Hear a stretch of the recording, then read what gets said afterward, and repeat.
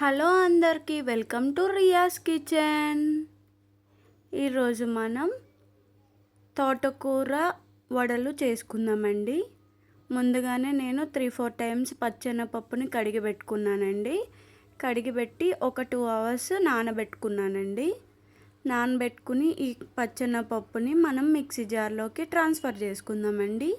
Transfer చేసుకుని దాంట్లోకి 2 ఎండుమిర్చి, 2 పచ్చిమిర్చి, 3 ఎల్లుల్లిపాయ వేసుకుని మిక్సీ పట్టుకుందామండి. ఈ లోపల తోటకూరని చక్కగా కట్ చేసుకుని పక్కకు తీసుకుందాం, కడిగేసుకుని పక్కకు తీసుకుందామండి.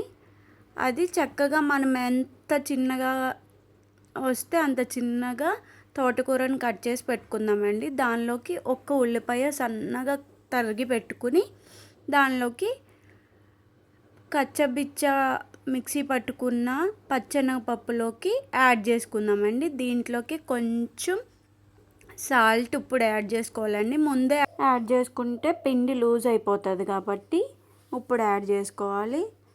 ఒకవేళ ఈ పిండి లూజ్ అయితే కనుక 2 టేబుల్ స్పూన్ రైస్ ఫ్లోర్ కూడా యాడ్ చేసుకోండి.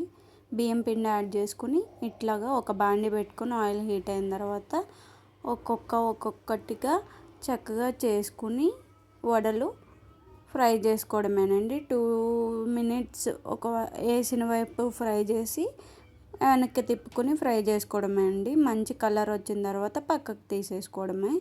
చూడండి ఎంత క్రిస్పీగా వచ్చినాయో, చాలా బాగున్నాయండి. దీన్ని టమాటా సాస్లో నంచుకుని తింటుంటే చాలా టేస్టీగా చాలా బాగుందండి. ఒకసారి మీరు ట్రై చేసి ఎలా వచ్చినాయో చెప్పండి. వీడియో నచ్చితే like, comment, share and subscribe చేయండి. పక్కనే ఉన్న బెల్ ఐకాన్ ప్రెస్ చేయండి. Thanks for watching. Bye bye.